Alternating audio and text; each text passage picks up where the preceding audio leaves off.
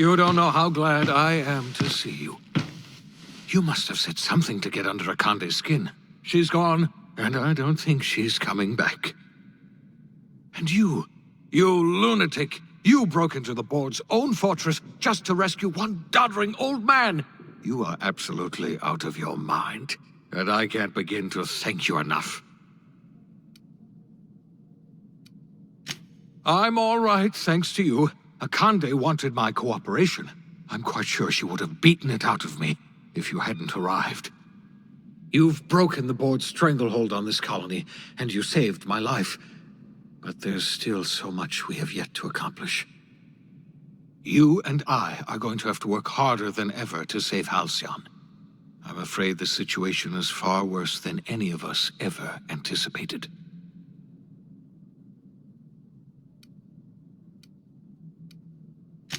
Theatrics, merciful law, I wish I were exaggerating.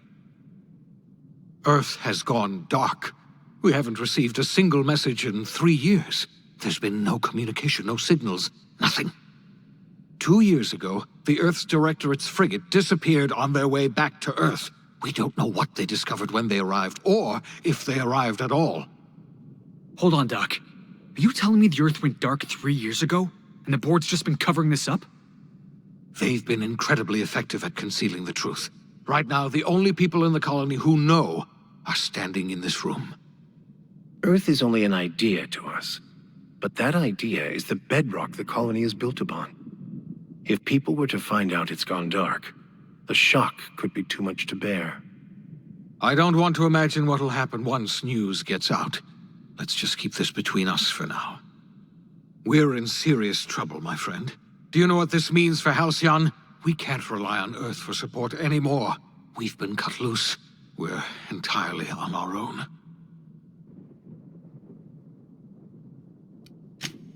Yes, we do. You've done a marvelous thing. You've succeeded where anyone else would have failed, including me. We must begin the revival process immediately, starting with the Hope's brightest minds, and then we're going to fix this damn colony, one problem at a time. We're going to need a leader, and I can't imagine a better person for the job than you. What do you say, old friend?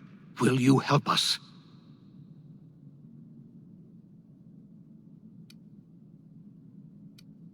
You won't hear a word of disagreement from me. You're the best thing to ever happen to Halcyon.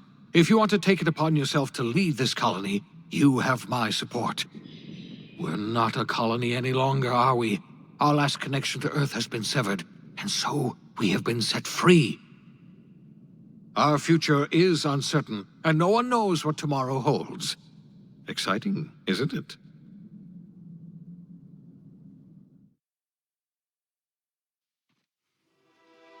The OSI teaches that everything in the universe happens according to the grand plan. But the stranger that arrived in Halcyon was an unplanned variable. From the moment he landed in Emerald Vale, his actions altered the course of history. The events on Tartarus brought about the end of the board's authority. But the board's mistakes would haunt the colony for decades to come. The damage they left behind would require the work of a generation to repair. Dr. Phineas Wells began reviving a handful of the Hope's colonists. Engineers, scientists, technicians, and intellectuals. They were among the brightest minds the Earth had ever sent out into the stars. The Hope scientists and engineers woke up in a colony descending headlong into total collapse. With no way to return to Earth, they had no choice but to band together and devote themselves to the cause of saving Halcyon. The people of Halcyon were nothing if not hardy. In the absence of the board's authority, many of the colony's settlements banded together with a single purpose in mind: survival. Life was especially hard in the years to come. Some towns dissolved by attrition and starvation, but most of them found a way to carry on. In the years to come, Halcyon was forced to reckon with its newfound freedom. The board was gone, and for better or worse, the colony was responsible for its own destiny. Between MSI's worker-centric policies and the iconoclast's manpower, Sanjar and Zora were able to rally many of the Terra 2 townships to their cause. MSI's workforce swelled, and the iconoclasts enjoyed a significant surge in their ranks. The board was too distracted by infighting and internal politics to stop MSI from becoming a powerful corporation and a refuge for townships that might have fallen through the cracks.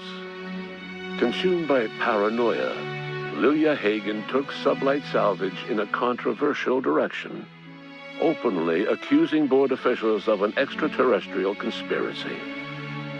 One day, an accident at the Groundbreaker's docking bay silenced her forever. Time would tell if her replacement could keep the Sublight family together. Adelaide McDevitt replaced Reed Thompson as the leader of Edgewater. She and her followers transformed Edgewater in their image.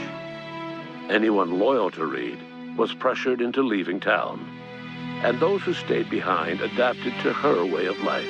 Adelaide transformed the old cannery into a new garden. The nearby Edgewater Cemetery provided a convenient source of fertilizer.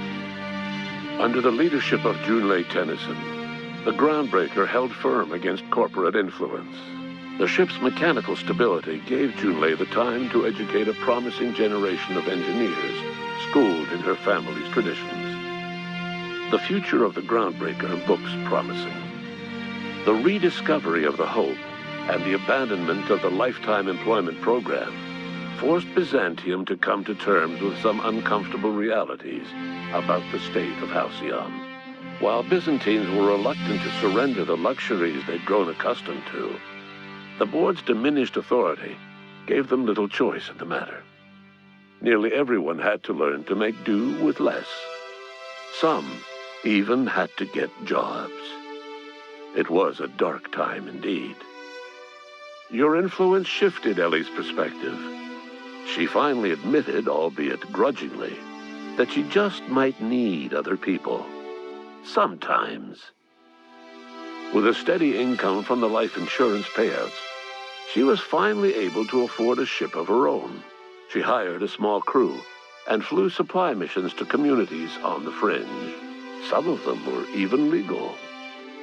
Life in Halcyon was sobering for Felix Millstone. The grand revolution he dreamed of never came. There was no great awakening for the colony, no celebrations in the streets.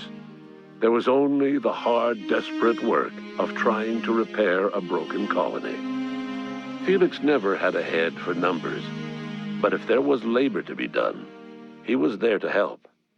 Eventually, Felix realized that the work of a revolution was done with two hands. As much as he enjoyed his adventures aboard the Unreliable, the vicar, known as Max, eventually decided that it was time to move on, to live out the life he had sought so long to create. He knew there were many in the colony who carried burdens much worse than the ones he had struggled with, and he devoted himself to easing their suffering wherever he could. He only ever took up arms again to defend the defenseless. Unshackled from a lifetime of striving and fighting the universe and himself, Vicar Maximilian de Soto was finally at peace. Once the matter with the Hope colonists was resolved, Junlei bashfully asked Parvati if she'd like to join her permanently on the Groundbreaker, and Parvati enthusiastically, if somewhat awkwardly, agreed. The stories of her adventures spread across the colony, and Parvati soon found herself the center of attention. Having served as the engineer of a renowned spacecraft, tramp freighters and wildcat miners sought her out by name, and in no time, she was a fixture in the Groundbreaker's mechanical ecosystem. She and Junlei were never far apart. Nyoka returned to Monarch to take another crack at making a permanent life for herself. She formed the Charon Group, a mercenary outfit of ragtag survivalists and wilderness experts. Anyone in need of a guide or just looking to throw back a beer and swap stories could find her camping on the trail or clearing an infestation. The SAM unit that accompanied you spread awareness of the product line's superior sanitation and maintenance capabilities across what was left of the colony. This led to a boost in SAM unit sales. Did you know that SAM units are the longest-lasting, toughest-acting cleaning solution in Альционе?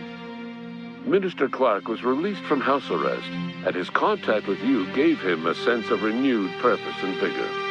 Once it became clear that no help would be coming from Earth, he threw his considerable efforts and talents into helping Альционе manage the crisis before it.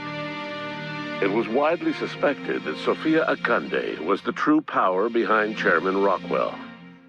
However, after the riots on Tartarus, she was never again seen in the colony. Various theories circulated as to her fate. Some believed she boarded an interstellar ship capable of journeying to a distant colony. Others believe she died trying to escape Tartarus. Some few suggest she fled to Monarch, where she continued to live among a small band of loyalists. There is another theory, which suggests that Sophia's encounter with you changed her, and she deliberately retreated from public view, but continued supporting the colony in secret. When Dr. Wells began reviving the Hope's colonists, he found himself with a sudden windfall of additional supplies and resources, courtesy of an anonymous donor. If Wells knew who his supplier was, he never told a soul. As for Dr. Phineas Wells, he spent his remaining years in his orbital lab. He eventually came to terms with his own past and was able to forgive the mistakes of his younger self by devoting his remaining years to serving the colony. In the end, Dr. Wells was able to save every scientist and engineer aboard the Hope. Over the next decade, nearly all of the Hope's remaining colonists were successfully revived.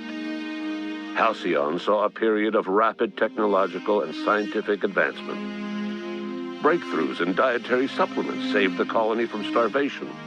Geoengineering projects and social reforms began to change the structure and character of the colony. Dr. Wells laid the groundwork for the project to save the colony, but he would never live to see the fruits of his labor. He passed away a few years later. His work was carried on by the scientists and engineers he revived. Today, Альционе has stabilized. The people of the colony work hard to adapt to their new circumstances. Nearby colonies send aid and supplies. Life will never be easy in Альционе, but for the first time in its history, there exists a sense of real, genuine hope about the future. And what about you? The unplanned variable in the history of Альционе. You brought an end to the chaos on Tartarus and proved yourself the most capable leader left in the colony.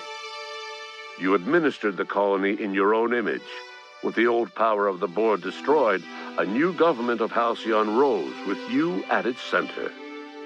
With your steady hand, you guided Альционe through the turbulent years that were to follow and helped ensure the survival of the colony until the end of your days.